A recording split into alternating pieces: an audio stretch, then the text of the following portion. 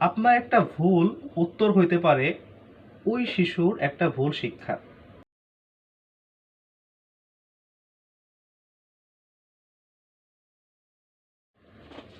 আসসালামু আলাইকুম রহমতুল্লাহ।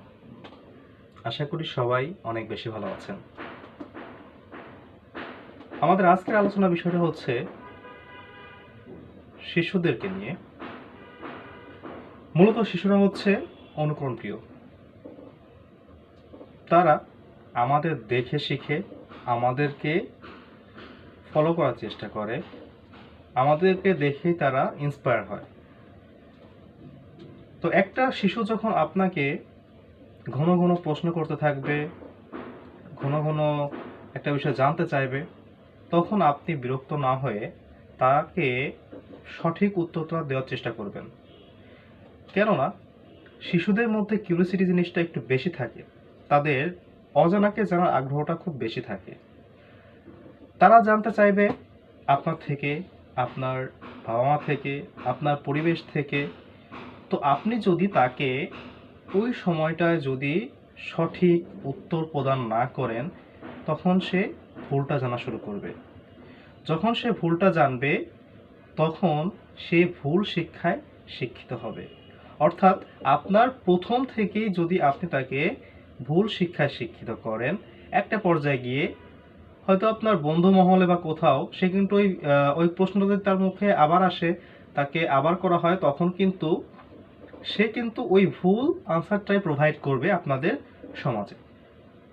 কেননা সে আপনার কাছ থেকে ওই কথাটা পূর্ববর্তী সময় শুনেছিল। তো এখন আমার কথা হচ্ছে, শিশুদেরকে সবসময় উত্তরটা জানা থাকলে আপনি উত্তরটা দিয়ে দিবেন। যদি আপনার জানা না থাকে, তাহলে উত্তরটা না দিয়ে আপনি অ্যাভয়েড করে যান, অথবা বলে দিন যে আমি উত্তরটা জানি না, তুমি অন্য কারো কাছ থেকে জেনে নিও। কেননা আপনার একটা ভুল উত্তর হইতে পারে ওই শিশুর একটা ভুল শিক্ষা। শিশুদের স্বভাবতই কিউরিওসিটি জিনিসটা একটু বেশি থাকে, তারা জানতে চায়, এটা ওটা প্রশ্ন করে।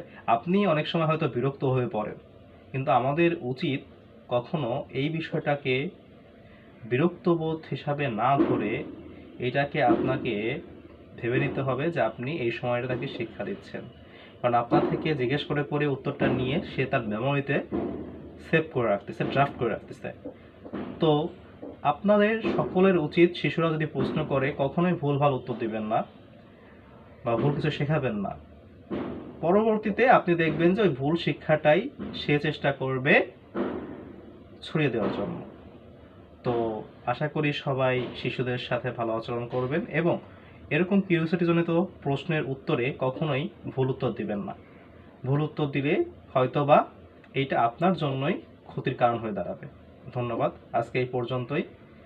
আসসালামু আলাইকুম রহমতুল্লাহ।